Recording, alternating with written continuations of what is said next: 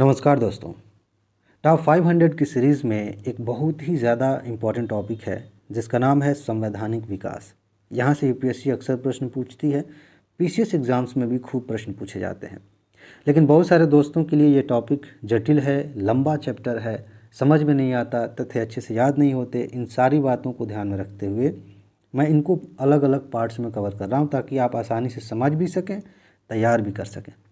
इसके पहले एक पार्ट हमने कवर किया है, अगर आपने नहीं देखा है तो ज़रूर देखिएगा क्योंकि वहाँ पे बहुत सारी चीज़ें आपको समझ में आएंगी। ठीक है, आज जहाँ से शुरुआत हम करने वाले हैं इसका बैकग्राउंड भी आपको समझ में आएगा। इसके पहले हमने बातें की हैं।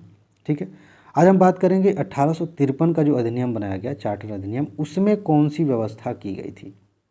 3 बातें हैं जहाँ से प्रश्न पूछे जाते हैं। पहली बात यही है कि गवर्नर जनरल की जो परिषद थी, परिषद का मतलब इसमें ऐसे लोग शामिल होते थे जो गवर्नर जनरल को सलाह देते थे, ठीक है, और बाकी काम, तो उसके विधायी और प्रशासनिक कामों को अलग कर दिया गया। एक ही परिषद पहले एक ही में मिक्स विधायी काम भी करती थी, कानून वगैरह बनाने का, प्रशासनिक काम भी करती थी, उसे अलग किया गया। ठीक है, देखिए अब आप कहेंगे कि इसका संवैधानिक विकास से क्या लेना देना है। संवैधानिक, मैंने पहले पार्ट में बताया था कि संविधान में क्या है, सरकारें कैसे बनेंगी, कौन सी संस्था कैसे बनेंगी, उसके क्या काम होंगे, क्या अधिकार होंगे, ये सब बातें संविधान में लिखी गई हैं। वही व्यवस्था तो धीरे धीरे बनती आ रही है। ठीक है, तो गवर्नर जनरल के जो परिषद है उसके कामों को अलग किया गया, विधायी काम अलग, प्रशासनिक काम अलग। यहाँ से प्रश्न पूछा जाता है। सिविल सेवा के लिए पहले भी कोशिश की गई थी कि खुली प्रतियोगिता है, भारतीय भी उसमें भाग ले सकते हैं कि नहीं ले सकते सर, मतलब इस तरह की व्यवस्थाएं कोशिश की गई कि हो, लेकिन हो नहीं पाया। इस कानून में बाकायदा सिविल सेवा के लिए खुली प्रतियोगिता की व्यवस्था की गई और इस पर प्रश्न पूछे गए हैं। ठीक है, पीसीएस एग्जाम्स में भी पूछे गए। अगली बात, यहाँ से क्वेश्चन बन सकता है, बना भी है, पहली बार केंद्रीय विधान परिषद में स्थानीय प्रतिनिधित्व की व्यवस्था की गई। स्थानीय प्रतिनिधित्व का मतलब भारतीय भी इसमें शामिल होंगे। ठीक है ना, ये इंपॉर्टेंट है, यहाँ से क्वेश्चन आ सकता है। बाकी इसमें ज़्यादा चीज़ें नहीं है काम की, सीधे आ जाते हैं 1858 का भारत शासन अधिनियम। भारत शासन, अब भारत पे शासन करने वाले अधिनियम बनेंगे। ठीक है, एक और है भारत सरकार अधिनियम, मतलब अलग अलग नाम है, लेकिन ये काफ़ी इंपॉर्टेंट अधिनियम है 1858 का। यहाँ से चेंज आ गया। 1857 में विद्रोह हो गया भारत में, जिसको 1857 की क्रांति के रूप में आप जानते हैं, और वहाँ से मेंस में भी प्रश्न आते हैं, प्रीलिम्स में भी आते हैं, खूब प्रश्न आते हैं। उसके बाद से जो ब्रिटेन की सरकार थी उसको हुई चिंता इस बात की कि हमारा जो एक तरह से कब्जा है भारत पर, कहीं वो छूट ना जाए, कंपनी कमज़ोर न पड़ जाए। और वैसे भी धीरे धीरे आप देखिए, पहले पार्ट में मैंने आपको बताया था कि भारत, वहाँ ब्रिटेन की सरकार कैसे कंपनी को एक तरह से अपने कंट्रोल में ले रही है, अपने हिसाब से कंपनी के शासन को चला रही है। अब उन्हें मौका भी मिला और डायरेक्ट शासन करने का एक बहाना भी मिला। तो क्या हुआ, 1857 की क्रांति जब हो गई तो वहाँ की जो ब्रिटेन की सरकार है उन्होंने नया तरीका अपनाया कि अब हम अलग तरीके से काम करेंगे और हम डायरेक्ट शासन करेंगे। पहले कंपनी के माध्यम से, ईस्ट इंडिया कंपनी के माध्यम से भारत में वो अपने जिन क्षेत्रों को उन्होंने कब्जे में लिया था उस पर शासन चला रहे थे। अब कंपनी को कर दिया गया समाप्त, मतलब भारत पर अब कंपनी शासन नहीं करेगी। अब शासन ब्रिटेन की महारानी के हाथ में होगा, डायरेक्ट महारानी शासन करेगी यहाँ पे। ये नहीं कि वो सीधे आगे घोड़ा पे बैठ के चली आए, मतलब कहने का ये है कि अब वो शासन करेगी, अब वो तंत्र काम करेगा। जैसे ब्रिटेन में सरकार चल रही थी, महारानी की सरकार थी, वैसे ही वही सिस्टम अब यहाँ पे लेके आएंगे। ठीक है, महारानी के नाम पे शासन होगा, कंपनी अब शासन नहीं करेगी। अब देखिए, ये बातें हो गई, ये क्वेश्चन खूब पूछा गया है, पीसीएस एग्जाम्स में तो खूब पूछा गया, यूपीएससी ने भी इस पर क्वेश्चन पूछे हैं। यहाँ से क्वेश्चन डायरेक्ट पूछा जा सकता है, आता भी है, आपको पता होगा अगर आपने क्वेश्चन पेपर देखा होगा तो। गवर्नर जनरल अब भारत का जो है वायसराय कहलाएगा। इसके पहले गवर्नर जनरल कहलाता था। अब देखिए, पहले गवर्नर होता था, फिर गवर्नर जनरल हुआ, फिर बंगाल वाला भारत का गवर्नर जनरल हो गया। अब उस गवर्नर जनरल को वायसराय कहा गया। आगे चल के देखेंगे आप, फिर से ये वायसराय से गवर्नर जनरल में कन्वर्ट होगा, मतलब ये नाम। और पहले व्यक्ति बने गवर्नर जनरल भारत के, वायसराय बने लॉर्ड कैनिंग। अब प्रश्न इस तरह से भी पूछा जा सकता है कि आखिरी गवर्नर जनरल कौन थे। ठीक है, 1857 के आसपास, तब आप देखेंगे कैनिंग ही रहेंगे। लेकिन ओवरऑल ऐसे प्रश्न पूछा जाएगा कि आखिरी कौन थे, तो कुछ लोग यहीं फंस जाएंगे कि हाँ, गवर्नर जनरल से वायसराय किया गया तो यहीं पर एक जो व्यक्ति रहा होगा वो गवर्नर जनरल होगा। आखिरी, ऐसा नहीं है। बाद में आज़ादी के आसपास टाइम पीरियड आप देखिए, तब आपको समझ में आएगा कि अच्छा फिर से दोबारा से गवर्नर जनरल नाम दिया गया था। तो आप बताइए, गेस करिए कौन है। छोड़ता हूँ आपके ऊपर, कमेंट में बताइएगा। खैर, तो एक फैक्चुअल क्वेश्चन यहाँ से बन सकता है। आगे देखिए, इस लाइन को पढ़िए, द्वैध शासन प्रणाली समाप्त कर दी गई। अब एक मज़ेदार बात बताता हूँ आपको यहाँ पे। ये द्वैध शासन प्रणाली बड़ा अजीब तरह का सिस्टम है। इस रूप में नहीं कि यहाँ लिखा गया है थोड़ा सा अजीब है, ऐसा नहीं। अजीब सिस्टम ये है कि ये शब्द, ये जो द्वैध शासन प्रणाली जो शब्द है वो अलग अलग जगहों पे आपको दिखाई देगा। जैसे एक अभी पढ़ रहे हैं आप, ये अलग तरह का द्वैध शासन है। जब बक्सर की लड़ाई हुई थी उस समय क्लाइव ने एक द्वैध शासन प्रणाली लागू की थी, रॉबर्ट क्लाइव ने। वो अलग तरह का था। द्वैध शासन वो भी है, ये भी है, और आगे अभी हम एक और अधिनियम देखेंगे, उसमें भी द्वैध शासन प्रणाली की बात होगी। मेरे ख्याल से 1919 की बात है, वहाँ वो अलग तरह का है। जब तक आप इन तीनों में अंतर नहीं समझेंगे तब तक आप कंफ्यूज होते रहेंगे, लोगों को समझ में नहीं आता कि क्या है द्वैध शासन प्रणाली। ठीक है ना।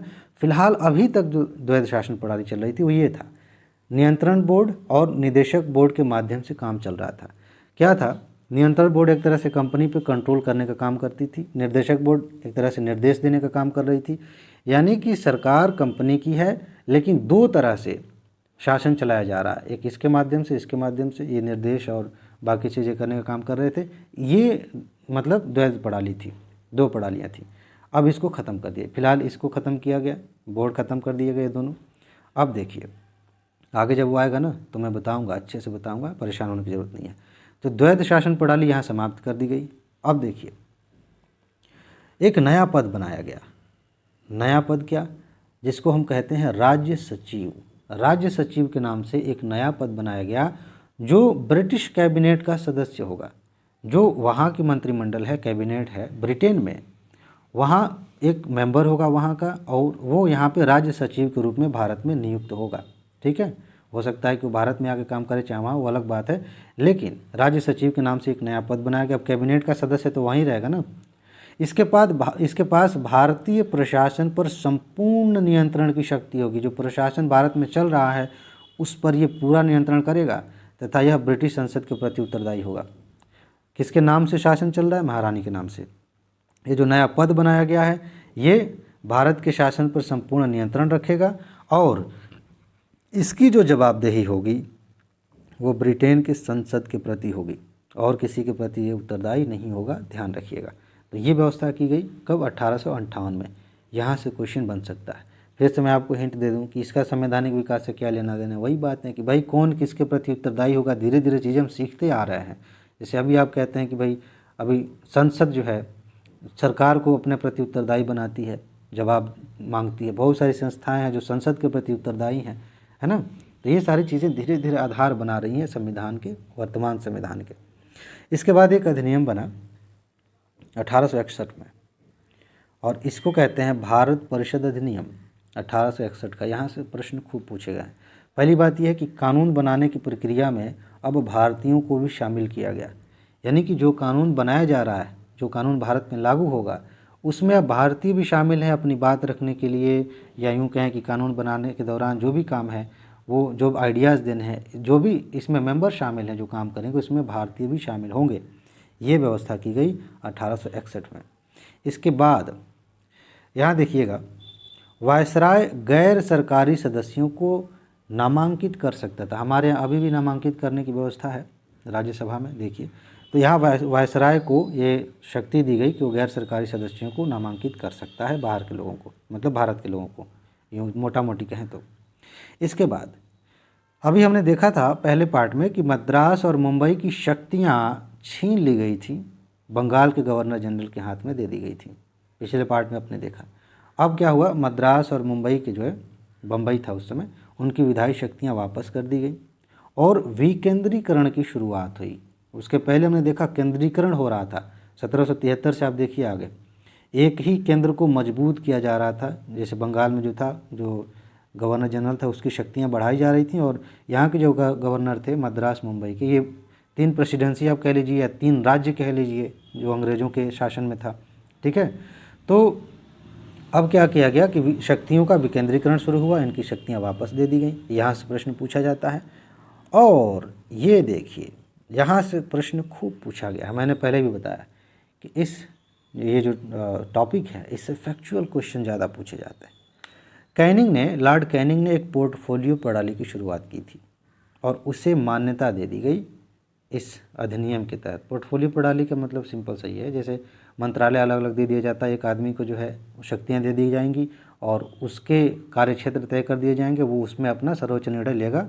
ठीक है, ये बात है। तो वायसराय परिषद का सदस्य एक या अधिक विभागों का प्रभारी हो सकता था, जैसे आज हमारे यहाँ कि एक मंत्री जो है दूसरा मंत्रालय भी संभाल सकते हैं। ठीक है, तथा उसके पास अंतिम आदेश पारित करने का अधिकार होगा। सीधा सा समझ लीजिए मंत्रालय टाइप का व्यवस्था हो गई। ठीक है, कि जैसे मान लीजिए परिवहन मंत्रालय है या फिर जो है सूचना विभाग का कोई मंत्रालय है, इस तरह से। तो ये व्यवस्था की गई और उसमें जो मंत्री होते हैं वो अंतिम फैसला करते हैं उस मामले में। तो इसको आप देख लीजिएगा। और एक क्वेश्चन सीधा सीधा यहाँ से बनता है कि कैनिंग के पोर्टफोलियो प्रणाली को किस कानून के तहत मान्यता दी गई, पूछा जा सकता है। आगे बढ़ते हैं। यहाँ से कई बार प्रश्न पूछा गया है, वायसराय बिना काउंसिल की संस्तुति के, बिना काउंसिल से पूछे, काउंसिल वही जो इसको सलाह देने वाले लोग हैं। ठीक है, या यूँ कहे जैसे संसद है। ठीक है, संसद कानून वगैरह बनाती है। अभी हमने देखा ना ऊपर की कानूनी शक्तियाँ और प्रशासनिक शक्तियाँ अलग कर दी गई। तो अध्यादेश जारी करना एक तरह का कानून है। जैसे नॉर्मली हमारे यहाँ क्या होता है कि अरे अध्यादेश तो मैंने आपको पढ़ाया है तो बाकी चीज़ें आपको समझ में आ जाएंगी। ठीक है, तो अध्यादेश जारी कर सकता था जिसकी अवधि 6 माह तक हो सकती थी। ठीक है, आप राष्ट्रपति वाला टॉपिक पढ़ेंगे तो अध्यादेश बहुत अच्छे से समझ में आ जाएगा, वहाँ मैंने समझाया है। तो ये प्रश्न पूछा जाता है कि वायसराय जो है अध्यादेश जारी कर सकता था, ये व्यवस्था कब की गई, तो ये 61 में। इसके अलावा कब तक वो अध्यादेश रहेगा, 6 महीने तक। एक तरह का कानून ही है ये, और इसमें काउंसिल से पूछने की ज़रूरत नहीं थी। ओके, उसकी संस्तुति की ज़रूरत नहीं थी। ये वही मतलब वो पास करे, कहे कि अध्यादेश लाइए। भाई जब वो पास करेगा और ये सब चीज़ें कही तो कानून बन ही गया ना, फिर नया शब्द नया नाम देने की क्या ज़रूरत है, अध्यादेश कहने की क्या ज़रूरत है। तो ये बात की गई, ये व्यवस्था की गई, 6 महीने तक ये रहता।